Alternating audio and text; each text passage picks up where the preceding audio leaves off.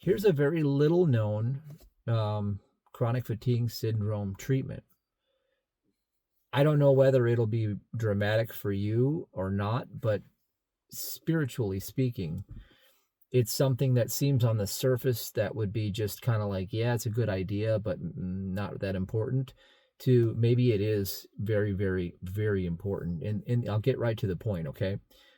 It's being perpetually grateful in every moment. Yeah, I know. When you're not doing well and you're extremely exhausted and tired, look, it gets bad. I was so negative for so long when I was in that condition.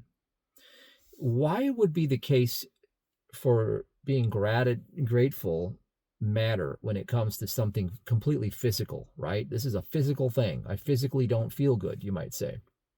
There's nothing to be grateful for. I can't do anything.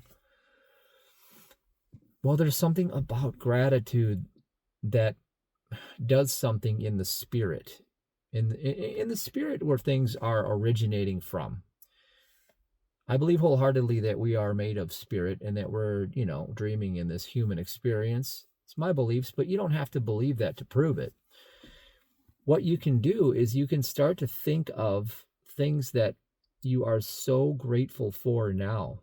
Maybe the fact that you can still eat, things like that. Maybe you can hear, maybe you can see things. I mean, I know it sounds like, yeah, okay, this is great. I need to be, consoled here. I really just want to get rid of my fatigue. That's what I want. I don't care about all this other stuff.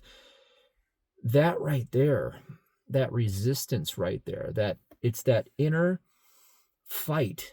It's that inner fight against the fatigue that can lock our identities into it and reinforce the very fatigue.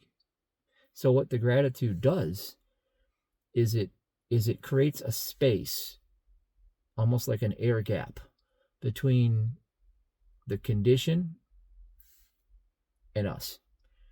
Okay, it creates a space. Okay, I stumbled on this because when I was at my worst, I would imagine, like, hey, today's my last day. I'm going to die today. Like, I'm never going to have to wake up feeling like this ever again. It's over. I'm dead. I would think of how grateful I would be to no longer have a physical body that put me through hell every single day, and I could just be free and I could live as a free spiritual being with no symptoms finally after all this time.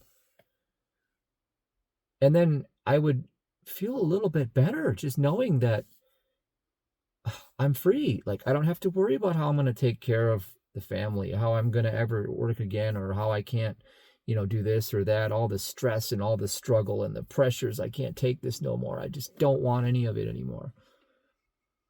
What happened is when I separated myself and I made this little gap,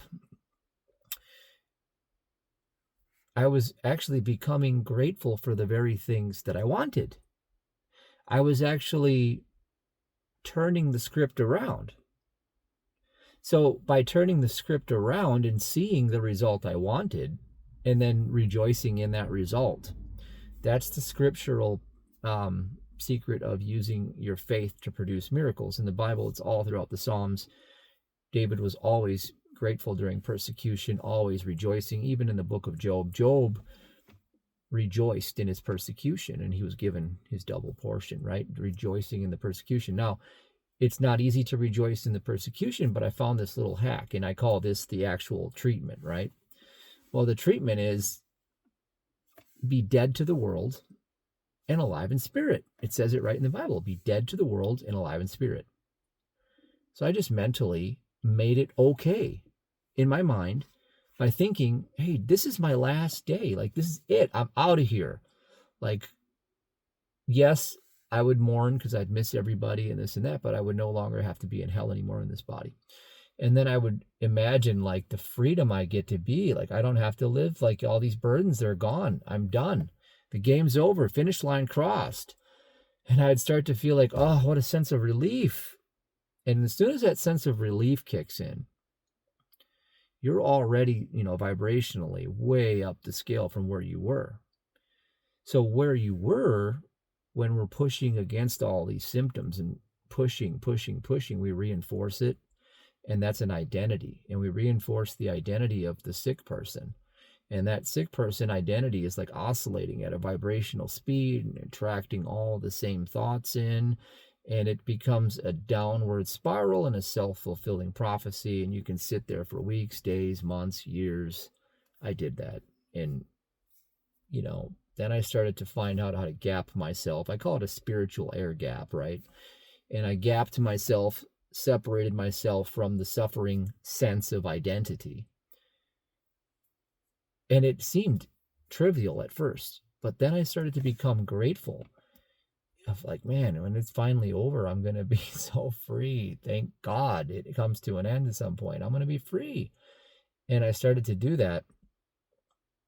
And I noticed that the sense of danger that collapses the nervous system, from my point of view, was separated from myself. And then I was like, wait a minute. What if this is all just perceived danger to the point where my entire system is collapsing? And what if the antidote was this idea of separating myself and being grateful for it? Food for thought. You got to try it and see. Maybe it'll work for you. It works for me.